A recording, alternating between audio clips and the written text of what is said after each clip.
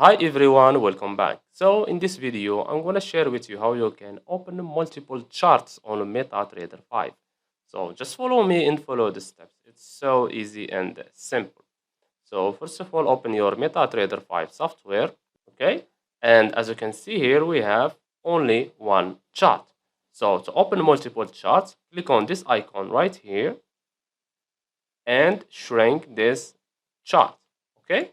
Now go and choose the currencies you want. So let's say this one, this one, this one, this one, and this one.